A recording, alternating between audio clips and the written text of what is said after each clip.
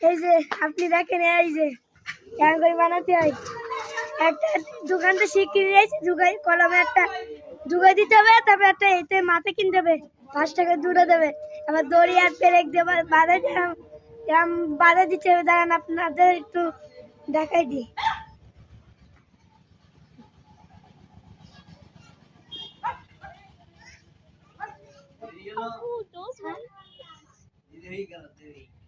হ্যাঁ,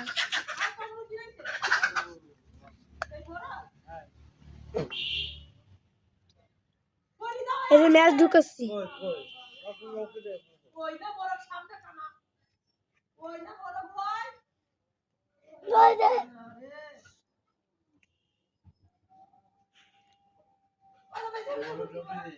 ঢুকাই দিছি, পেরেকটার ভিতর লাগাই দিলাম।